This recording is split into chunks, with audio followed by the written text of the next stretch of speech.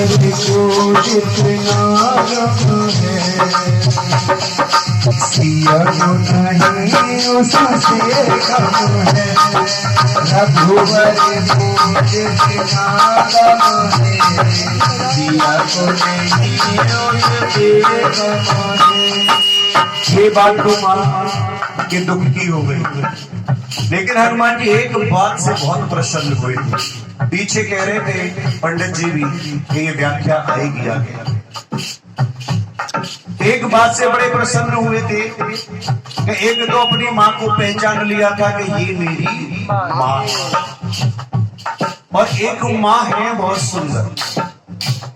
माँ की छवि इतनी सुंदर है, और छवि से भी ज्यादा सुंदर है माँ की वाणी। ये हनुमान जी माँ की पहचान कैसे की हनुमान जी ने कि ये मेरी माँ है? क्योंकि जब लंका में प्रवेश किया था तो वहां क्या देखा था?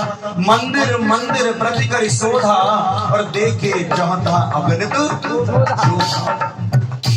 महल की खोज की एक की हनुमान जी, अनेकों योद्धा देखे तो मन में विचार किया इन योद्धाओं से मुझे क्या लेना, मुझे तो अपनी माँ की खोज करनी है।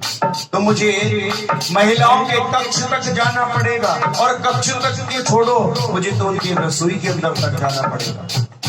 बात आई थी कि बाल ब्रह्मचारी है, कैसे महिलाओं के कक्ष में जाऊं, तो खड़े खड़े सोच रहे थे और परेशान इतने हुए थे। वाल्मीकि की रामायण में लिखा है, हनुमान जी ने सोच लिया था कि अगर माँ की खोज ना कर पाया ना तो समुद्र में ही अपने प्राण कर दूंगा। कई बार ऐसी मन में विचार आई कि भगवान को क्या मुंह दिखाऊंगा जाके कि माँ की खोज नहीं कर पाया। तो एक एक महल की खोज करने के बाद जब सोचा प्रभु मैं क्या करूं, मुझे आपके कार्य के लिए जाना है तो मुझे तो जाना ही पड़ेगा। तो जब महिलाओं के कक्ष में गए तो रात्रि में गए थे, तो क्या देख रहे थे वह पता है? उन राक्षसियों ने जो रात को खाना खाया ना, भोजन तो करती कहा, राक्षसी तो खाना खाती। जब खाना खाया ना तो बिस्तर पर बैठकर तो अपने खाना खाया, और वो जो बर्तन थे ना झूठे, वो वहीं के वहीं बिस्तर से नीचे रख दिए और खिसका दिया। यानी कि शयन कक्ष में भोजन करना और शयन कक्ष के अंदर झूठे बर्तन पड़े रहना। हनुमान जी वहीं से दुखी हो गए, ये मेरी माँ नहीं हो सकती। विश्वास कर लिया था मन में कि ये मेरी माँ नहीं हो सकती। जिन्हें सोने का तरीका नहीं, जिन्हें बैठने का तरीका नहीं, जिन्हें चलने का तरीका नहीं, जिन्हें बोलने का तरीका नहीं, ये मेरी माँ? ये तो पक्की राक्षसी है। वहां से तो चले आए, फिर रसोई में गए, और रसोई में जाकर देखते हैं ऐसा ना हो इस दुष्ट ने मेरी माँ को रसोई में लगा रखा हो। और रसोई में क्या देखते हैं? और सबकी तो छोड़ो, जिन बर्तनों में दूध और दही खाए थे ना, वो भी झूठे पड़े। स्पष्ट लिखा है, स्पष्ट वाल्मीकि की रामायण में। तो दूध और दही और बाकी सब्जी की और रोटियों के जो बर्तन भाड़े टूटे फूटे रहते हैं और झूठे पड़े रहते हैं। हनुमान जी ने मन में विश्वास कर लिया था वही कि रावण तेरे विनाश को कोई रोक नहीं सकता। और जो कथा में सोता है ना, तो नींद के झूठे लेता है, उसकी भी राम जान। तो ये विश्वास कर लिया, इसलिए सावधान, गलती से भी शयन कक्ष में न भोजन न झूठे बर्तन। और एक बार को हारी बीमारी में भी बर्तन रह जाना खाने पीने के रसोई में, तो दूध दही के तो बिल्कुल नहीं रहने चाहिए। अमृत है वो हमारे यहाँ, स्पष्ट लिखा।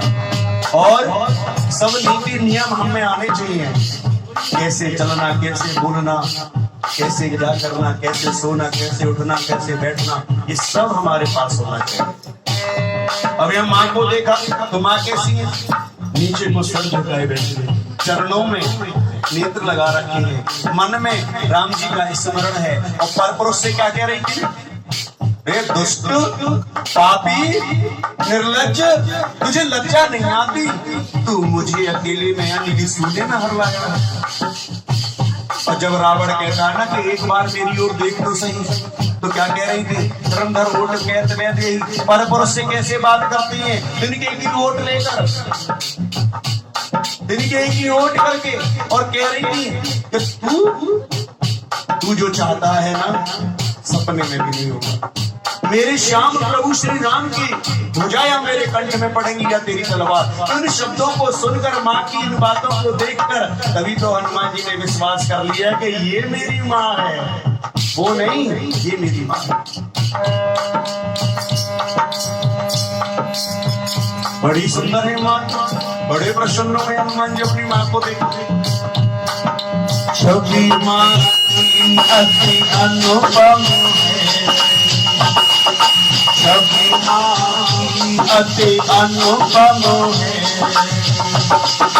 वाणी भी अमृत सम है, छवि माँ अति अनुपम है, वाणी भी अमृत सम है। माता का देखा तो प्रभु का रंग में भूल गया, रघुवर पूजित नाम है, दिया मुझे तम है। कहे राम वियोग तब सीता, मोह सकल भयो विपरीत, अब कर किसने मनहु कृष्णानु, काल के प्रतिमानु, बोले बुद्धि कुंभ सरता, बारिश तपत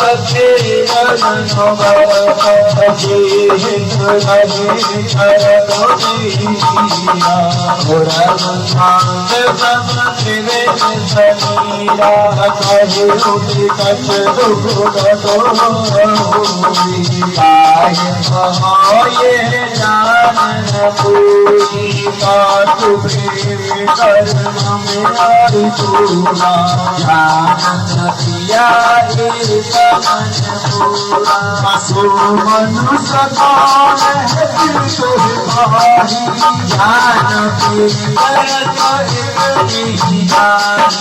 प्रभु सुनत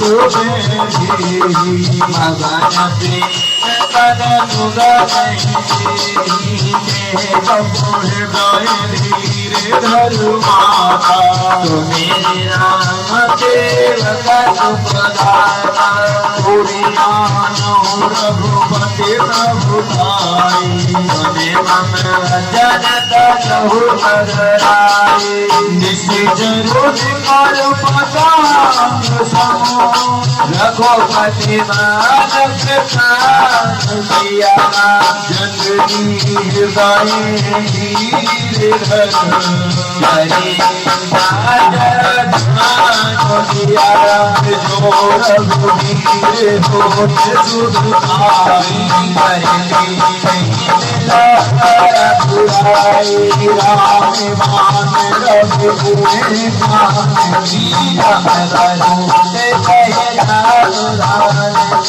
अबहि माँ तुम्हें जाऊँ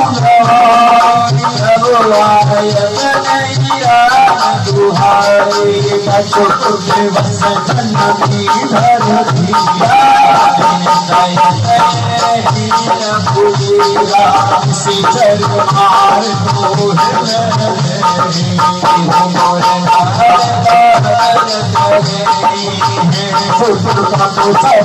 कहीं समाना,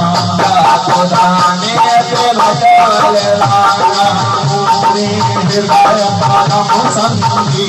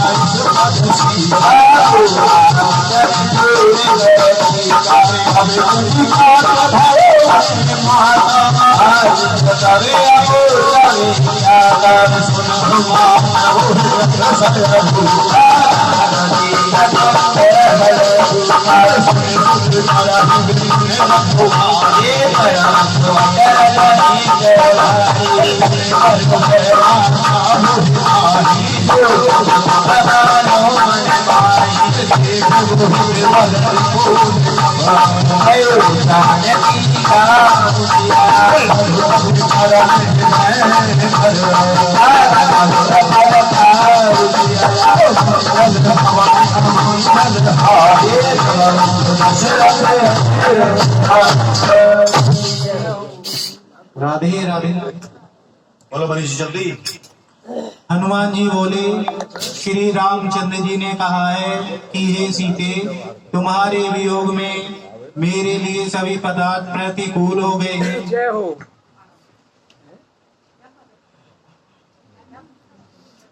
वृक्षों के नए नए कोमल पत्ते मानो अग्नि के समान, रात्रि काल रात्रि के समान, चंद्रमा सूर्य के समान, और कमलों के वन भालों के वन के समान हो गए हैं। और मेघ मानो खौलता हुआ तेल बरसाते हैं, यानी कि जो हित करने वाले थे वे ही अब पीड़ा देने लगे हैं। तिरबद्ध शीतल मंद सुगंध वायु सांप के सांस के समान जहरीली और गर्म हो गई है। मन का दुख कह डालने से भी कुछ घट जाता है, पर कहूँ किससे यह दुख कोई नहीं जानता।